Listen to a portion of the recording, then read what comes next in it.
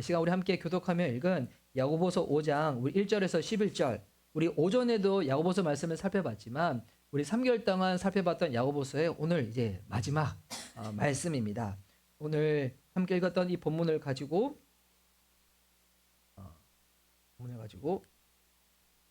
자, 네. 부자가 재림을 두려워하는 이유. 부자가 재림을 두려워하는 이유라는 말씀의 제목을 가지고 은혜를 누리고자 합니다. 자, 이 설교의 제목을 가지고 좌우 계신 분들 바라보며 부자 되세요. 네, 이렇게 한번 서로 축복하며 인사하도록 하겠습니다. 예, 이 부자의 또 의미가 있겠죠? 이 성경에서 말하는 부자의 의미가 2024년에 부자 되세요. 예, 우리 서로 축복하며 인사합시다. 시작. 부자 되세요.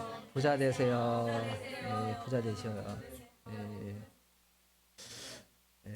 우리 오늘 아침에는 우리 12절에서 19절까지의 말씀을 살펴보면서 우리 이제 병고침에 대해서 기도에 대해서 살펴봤잖아요. 그리고 오늘 이 저녁에는 우리 재물에 대해서 하나님 나라에서 살펴볼 것인데 제가 한번 단순하게 생각했어요. 왜 하나님 오늘 우리 교회 가운데 야고보서 말씀을 마지막으로 주시는데 이게 야고보서 마지막 말씀을 살펴보는데 이 마지막 23년 마지막 날과 딱 겹쳤잖아요. 제가 아주 단순하게 생각했어요. 왜 하나님 이 말씀 우리 가운데 주시나요? 병고침에 대해서 주님 말씀하셨다. 무슨 약속일까요? 진짜 우리의 육신을 강건하게 주님께서 해 주시겠다는 거예요. 너희들 마음껏 기도해라. 나 듣고 응답해 줄게. 예. 오늘 아침에 나눴던 기도에 대한 그 교훈처럼. 그러면 오늘 이 마지막 시간에는 부자에 대해서 이 경고하는 말씀이거든요. 왜 이 말씀을 주실까요? 그 의미는 아니죠. 예. 부자 될 건데 부유하게 될 건데 진짜 하나님 주신 말씀 가운데 이것을 잘 새겨 들으라는 거죠. 예. 오늘 이 말씀에 보면 재림에 관해서 두 가지 분류의 사람들을 언급하고 있습니다. 재림을 딱 기준했어요. 재림이 예수님 다시 오시는 것을 재림이라 하잖아요. 성경 보면 예수님은 두 번 오신다고 약속이 되어 있어요. 첫 번째는 2000년 전에 이미 오셨죠. 육신의 옷을 입으시고 우리의 죄를 대신하여 십자가에서 죽으시는 그 모습으로 오셨습니다. 근데 성경에는 또 약속하고 있어요. 예수님 다시 오신다고. 근데 그때 예수님은 이제는 심판주로 오세요. 이 모든 세상 가운데 심판하시고 왕으로서 임하시는데 재림을 딱 봤었을 때 두려워하는 분류가 있고 고대하는 분류가 있다는 거예요. 1절에 보니까 예수님이 다시 오신 그날을 두려워해야 될 사람에 대해서 말하는데 누가 두려워야 되는가? 부자입니다. 부자가 예수님의 재림에 대해서 두려워해야 된다는 거예요. 이 말인즉 그럼 부자가 다 죄인인가? 이런 의미는 아니에요. 여러분 성경에는 아침에도 잠깐 말씀드렸지만 물질 자체를 축복이라고 언급하지는 않아요. 돈이 많다? 축복이다. 돈이 적다? 저주다. 성경은 그렇게 나와 있지 않아요. 근데 성경은 물질을 뭐라고 얘기하냐면 이거는 은사라는 거예요. 하나님 우리에게 주시는 은사는 뭐랑 연결이 됐나요? 사명이랑 연결이 되어 있어요. 내가 가지고 있는 특별한 은사가 있다. 여러분 그 부분은 우리 생명의 삶 공부하신 분들 우리 기억하실 거예요. 은사 주시는 목적이 뭐라고요? 공동체의 유익을 위해서. 쉽게 말해서 그거는 사명을 위해서 주신다는 거예요. 하나님이 물질을 더 많이 주셨다. 남들에 비해서. 내가 한 달 살아가는 동안에는 내가 이 정도면 충분한데 하나님이 더 많이 주셨다. 왜 주셨을까요? 혼자 누리라고? 아니에요. 은사로 주신 거예요. 사명으로 주신 거예요. 그런데 이 부자가 죄인이기 때문에 예수님의 재림을 두려워하라는 것이 아니라 이 물질이 많아지게 되면 이것이 많은 사람들은 은사, 사명으로 생각하지 못한다는 거예요. 그래서 이 물질을 가지고 어떻게 내가 쓸까 누릴까 이 생각만 하다가 어떻게 되는 거예요? 물질의 지배를 받을 위험성이 커진다는 거예요. 그래서 부자에게 이런 위험 부담이 커지기 때문에 부자들에 대해서 경고의 메시지를 하는 겁니다. 우리가 가난할 때는 그런 생각하잖아요. 내가 부자가 되면 좋은 일을 많이 하고 내가 그런 것 가운데서 돈을 많이 쓸 거라고 생각을 하죠. 우리가 이게 신앙적으로 한번 접근해 볼까요? 여기 보면 하나님 저는 그냥 이렇게 그 믿음의 거부가 되어서 나중에 하나님이 축복해 주셔서 제가 물질이 많아지면 그때 제가 구제도 많이 하고 선교도 많이 하고 건축 헌금도 하고 11조도 하고 그렇게 할게요 라고 하지만 여러분 내게 주어진 지금부터 하지 못한 사람이 나중에 시간이 지나서 그렇게 할 가능성이 있을까요? 제가 보니까 대부분은 못하더군요. 대부분은 어떤 케이스가 하냐면 힘들고 어렸을 때부터 하셨던 분들이 나중에 시간이 지나서 그렇게 하신 케이스를 많이 봤어요. 저도 이렇게 경험했던 성도님들 중에서 처음에는 이분이 신발을 파셨던 분이셨어요. 건강 신발을. 예. 그때는 이렇게 수입이 많지가 않으셨어요. 근데 모르겠어요. 이거는 진짜 신비인데, 근데 그분이 갑자기 하나님이 일을 잘 되게 해 주셔서 진짜 이렇게 거부가 된 거예요. 거부가. 예. 제가 금액은 얘기하지 않을게요. 진짜 거부가 됐어요. 근데 이분은 정말 이렇게 소탈하시 생활하세요. 옷을 입는 거나 차를 타는 거나 봤었을 때는 그분이 부자인지는 몰라. 근데 이제 그분이 보니까 교회를 섬기는 것뿐만이 아니라 본인의 자녀가 힘들었을 때 고생했던 것을 너무 잘 아시다 보니까 그런 직종을 섬기는 분들에 대한 마음이 있어요. 그래서 한날은 저를 부르셔가지고 목사님 공동체에 그런 힘든 아티스트들이 많이 있으니까 목사님 그들을 신방하고 사역하는데 쓰시라고 계속 정기적으로 후원을 해주시는 거예요. 지금 그렇다는 게 아니라 이전에 그렇게 적은 금액이 아니라 그를 꾸준히 그렇게 도와주시는 거예요. 그걸 보면서 그 생각이 들었죠. 아, 많은 사람들은 하고 나고 난 다음에 할 수 있을 거라 생각하지만 보니까 그렇지 않더군요. 작을 때부터 힘들 때부터 하셨던 분들이 그렇게 되게 되는 거예요. 그래서 여러분 이 물질이 그런 거예요. 막상 부자가 되면 좋은 일에 돈을 쓰지를 잘 못합니다. 내가 돈을 지배하는 것이 아니라 돈이 나를 지배하거든요. 왜 돈에는 영적인 힘이 있어요. 마태복음 6장 24절에 보면 PPT 우리 PPT 제가 넘길 테니까 우리 자매님들도 이렇게 오셔도 돼요. 네, 그냥 자, 보면 돈에는 힘이 있는데 어떤 힘이 있는가? 제가 한번 읽을게요. 아무도 두 주인을 섬기지 못한다. 한쪽을 미워하고 다른 쪽을 사랑하거나 한쪽을 중히 여기고 다른 쪽을 업신 여길 것이다. 너희는 하나님과 재물을 아울러 섬길 수 없다. 하나님과 재물을 어떻다고요? 아울러 섬길 수 없다는 거예요. 여러분 예수님은 재물과 하나님을 어떤 관계에 두고 있는 거예요? 경쟁 관계에 두고 있는 거예요. 여러분 경쟁 관계는 힘이 어느 정도 비슷해야 성립이 되는 거잖아요. 그런 의미로 볼 때 재물은 하나님과 견줄 만큼 능력이 있다는 것을 우리가 알아야 돼요. 재물은 또한 하나님과 마찬가지로 우리한테 뭐를 강요한지 알아요? 재물도 순종을 강요해요. 그래서 부자는 재물의 지배를 받을 위험이 훨씬 더 크다는 것입니다. 근데 이에 대해서 야고보가 구체적으로 언급을 하고 있어요. 오늘 이 본문을 들으면서 이런 생각 드신 분들이 많이 있을 거예요. 나는 부자가 아닌데 이 말씀은 나한테 적용이 되나? 근데 여러분 제가 오늘 이 설교에 끝까지 한번 들어보세요. 도대체 누가 부자인가에 대해서. 일단은 부자가 받을 위험성이 뭐냐면 첫 번째가 부자는 저 PPT에 그거 한 번만 더 클릭해 주시면 그 다음부터 제가 넘길 수가 있어요. 네. 자, 제가 넘길게요 이제는. 자, 첫 번째 위험이 뭐냐면 부자는 축적의 위험이 있다는 겁니다. 축적의 위험. 이게 3절 말씀에 나와 있는데요. 3절 말씀 밑에 PPT로 없어서 제가 한번 읽을게요. 여러분은 금과 은은 녹이 쓸었으니 그 녹은 장차 여러분을 고발할 증거가 될 것이며 불과 같이 여러분의 살을 먹을 것입니다. 여러분은 세상 마지막 날에도 재물을 쌓았습니다. 여러분 부자가 되면 쌓아놓고 싶은 충동이 생긴다는 것입니다. 이게 가진 것이 없었을 때는 찾고 싶은 충동이 생기지가 않는데 그런데 가진 것이 많아지면 그다음부터 쌓아놓기 시작한다는 것입니다. 그리스도인은 하나님이 주신 물질을 관리하는 관리인입니다. 근데 오늘 이 본문을 보면 쌓아놓는 것이 많아서 다 어떻게 돼버렸다고 나와 있어요. 아까 3절 말씀에 녹슬어 버렸다고. 그리고 다 썩어버렸다고. 이 썩도록 한다는 것은 뭐냐면 하나님께서 맡겨준 물질을 내가 잘못 관리했다는 거예요. 잘못 관리했다는 거예요. 그러니까 그냥 통장에 많이 쌓아놨다. 이거 자체가 나쁘다는 게 아니라 요거를 잘못 관리했다는 것입니다. 그래서 그런 위험이 있는 거죠.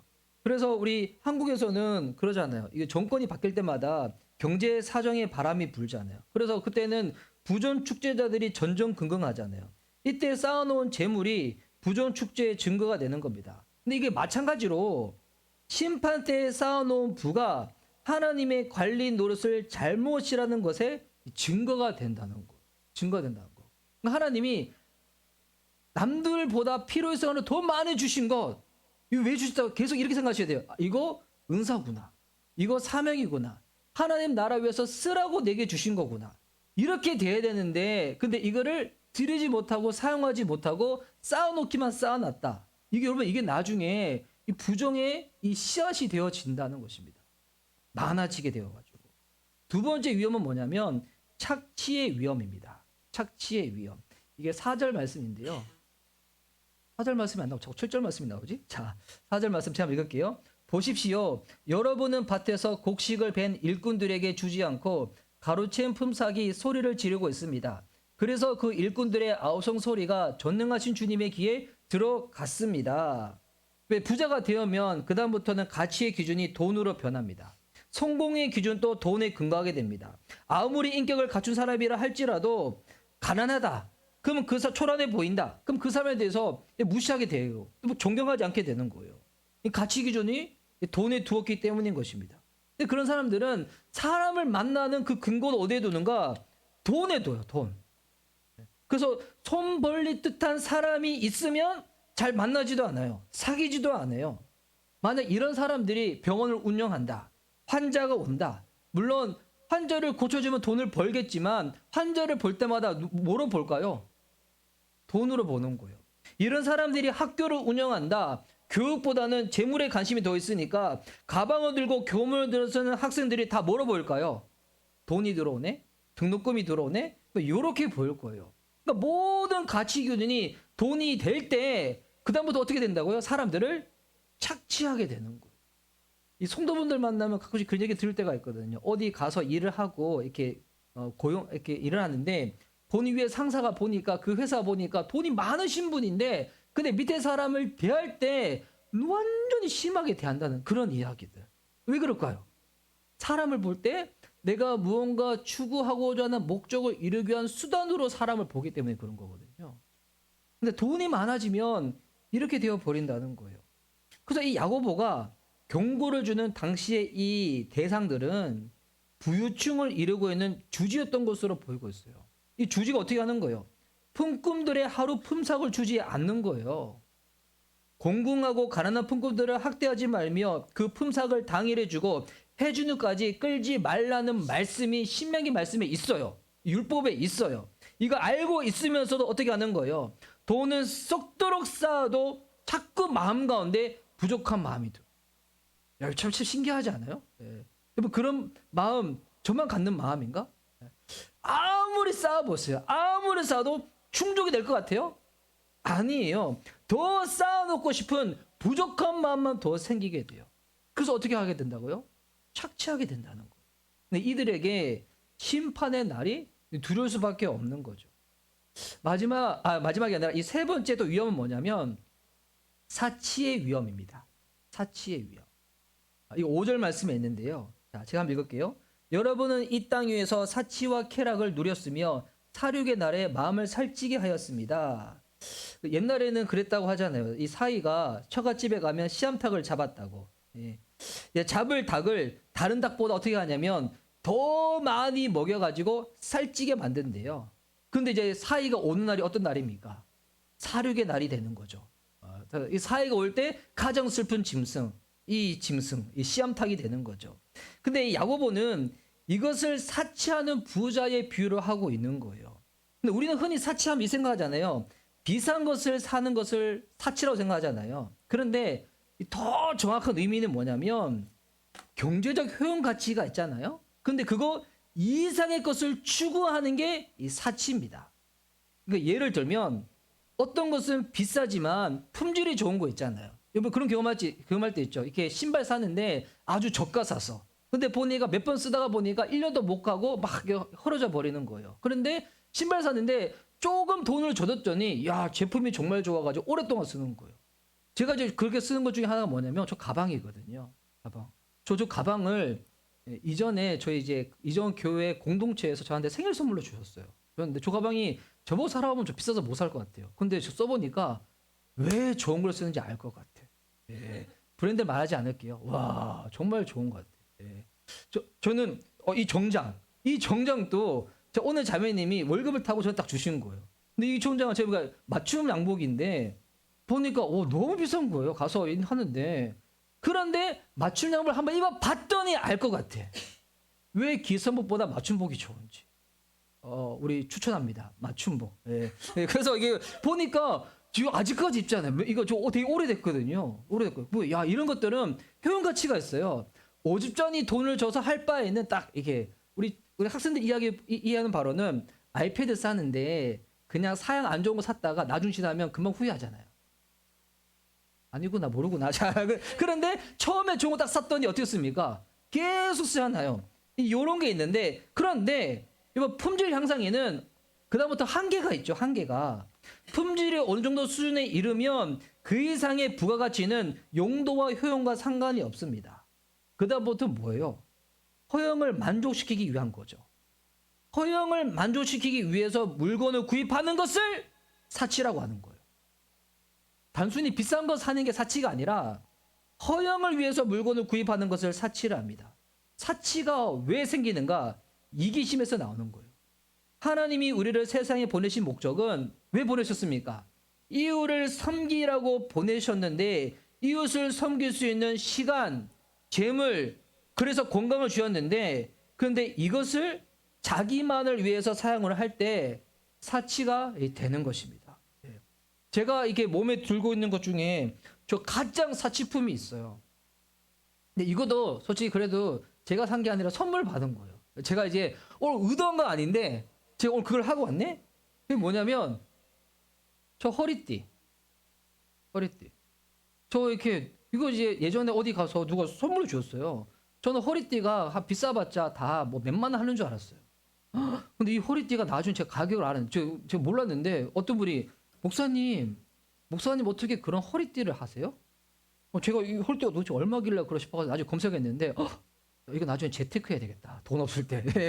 그렇게 비싸더군요. 예. 그러니까 여러분 이게 허리띠 사는데 굳이 이 정도 가격까지 줄 필요가 있을까? 가격 말하지 않겠지만 없거든요. 몇만 원짜리만 주더라도 그냥 가죽 제품 중에서 좋은 것들 그냥 쓸 수가 있어요. 이런 것도 어떤 거예요? 만약 이런 것들을 계속 구입을 한다. 이기심에서 나오는 그 사치라는 거예요. 근데 이게 오늘 성경에 보면 이 부자가 돈에 대해서 사로잡히면 나중에 또 가장 큰 위험성이 뭐냐면 사치 다음에 살인의 위험이 있어요. 살인의 위험. 이게 6절 말씀에 있는 건데 여러분은 의인을 정죄하고 죽였지만 그는 여러분에게 대항하지 않았습니다. 돈에 눈먹게 되면 사람의 생명까지도 하찮게 여기게 되는 거예요. 이건 제가 들은 이야기예요.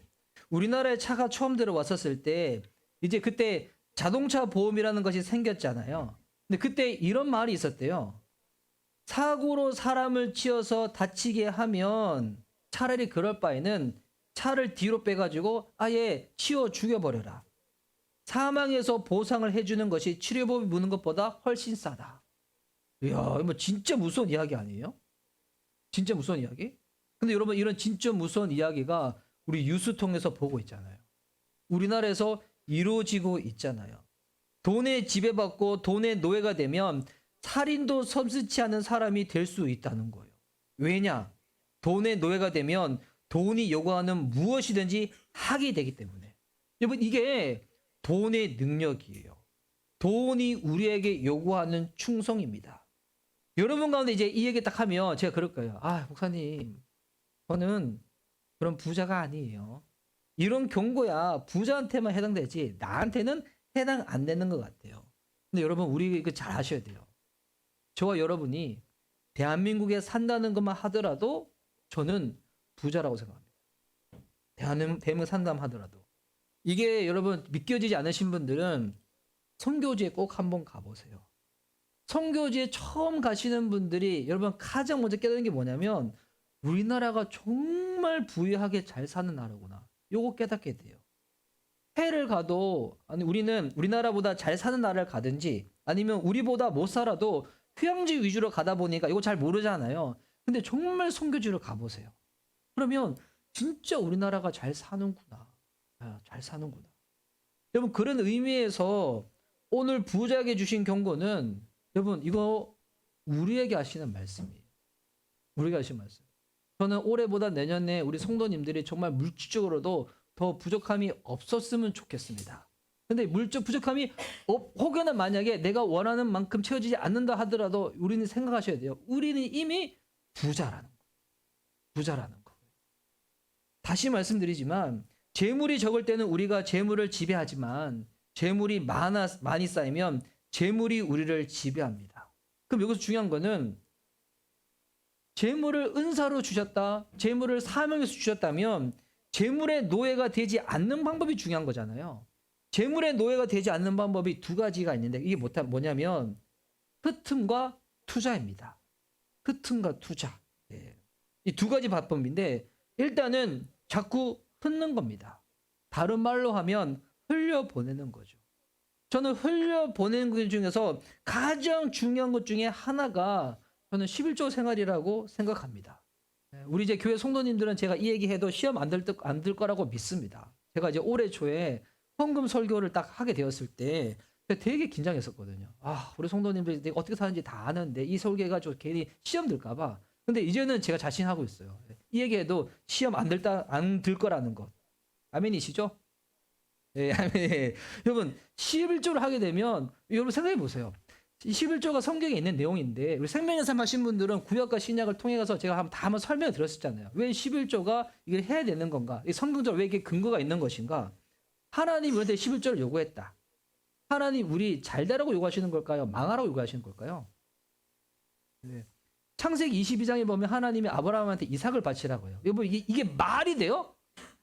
아들을 바치래, 자식을 바치래. 말이 돼요? 이거 하나님이 아브라함 괴롭히려고 요구하신 거죠?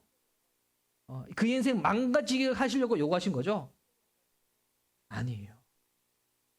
하나님이 아브라함을 위해서 하시는 말씀.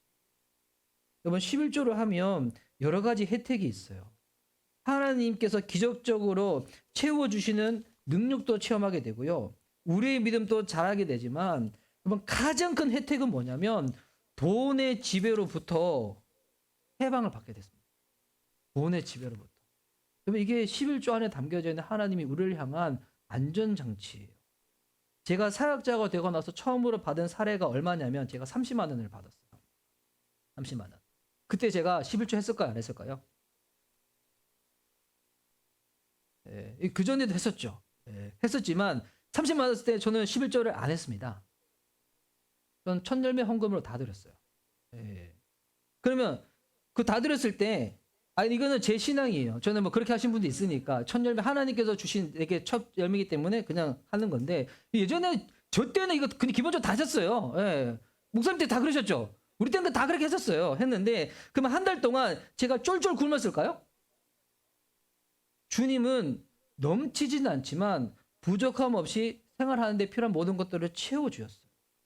그런데 무엇보다 가장 놀라운 것은 뭐냐면 그때 주신 자유함을 저는 잊지를 못합니다. 여러분 그때 내가 누릴 수 있는 그 모든 것들을 다 드렸잖아요. 그때 제 안에 어떤 마음이 있냐면 하나님이 나 진짜 책임져 주시겠지.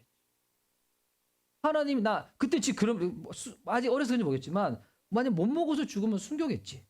진짜 그 생각했었거든요. 근데 하나님이 근데 저는 사역자 있잖아요.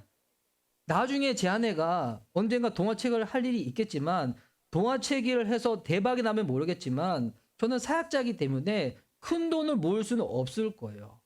근데 제가 가끔씩 그 얘기 하잖아요. 많은 사람들은 이사 가면 몇 년 지나면 이 감흥이 떨어진다는데 저는 아직까지 이사 간 저희 집에 가면 진짜 감사해요. 전 겨울철 보내잖아요. 이전에 살았던 저희 집 화장실은 정말 추웠어요. 너무 추웠어요. 근데 지금은 너무 따뜻한 환시에서 살고 있잖아요. 여러분 제가 어디에 있는 아파트 살고 있습니까? 여기서 강남구에 있는 아파트 살고 계신 분. 강남구 말고 강남구에 있는 아파트 살고 계신 분. 저요. 어이 목사님 임대잖아요. 여러분 이 세상 모든 거 다 빌려 쓰는 거예요. 내게 어디서 다 빌려 쓰는. 여러분 우리가 돈 주고 사 먹는 거 실제로 그거 돈 주고 사 먹는 거 아니에요. 수고비 내는 거예요. 참치 먹잖아요. 그러면 어부가 바다에서 참치를 올려서 참치 누구 거예요? 하나님 거잖아요. 그런데 참치 하나님 건데 이거를 올린 그 어부 이동시킨 분들한테 수고했다고 수고해 주는 거지 실제로 참치값을 주는 거 아니에요. 다 하나님 거. 예, 다 하나님 거. 예. 강남구 주민. 예. 어차피 안 모아지는 거 하나님 명령에 순종이나 하면서 살자는 생각을 하니까 여러분 제가 숫자 되게 이게 빠른 사람이에요. 예. 그러니까 그나마 이것을 하니까 제가 경제적인 두려움에서 벗어날 수가 있어요. 어차피 모아서 나는 살 수 없는 사역자다. 흘려보내자. 근데 저는 제가 흘려보낸 게 사역자 치고 저는 적지는 않아요. 금액적으로 적지도 않아요. 이 얘기 한다 시험 들지 마세요. 1년 지나면 이제 기부금 영수증 때문에 제가 헌금을 다 정리하잖아요. 작년에도 우리 교회에서 헌금을 제일 많이 하는 사람이 누군지 알아요? 저는 아니에요. 근데 제가 세 번째예요. 저희 교회 세 번째예요. 예. 여러분 제가 받는 사례 우리 교회 성도님 얼마인지 아시죠? 사무총회 때. 근데 그래요. 예. 이 하나님이 채워주신 은혜거든요. 그리고 이 흘려보내는 거. 첫 번째 누구한테 흘려보내는가? 하나님께 인정하는 거. 저는 정말 우리 교회 성도님들이 물적으로 잘 되고 언젠가는 여기에서 진짜 간절한 사람도 저는 나올 거라고 생각합니다.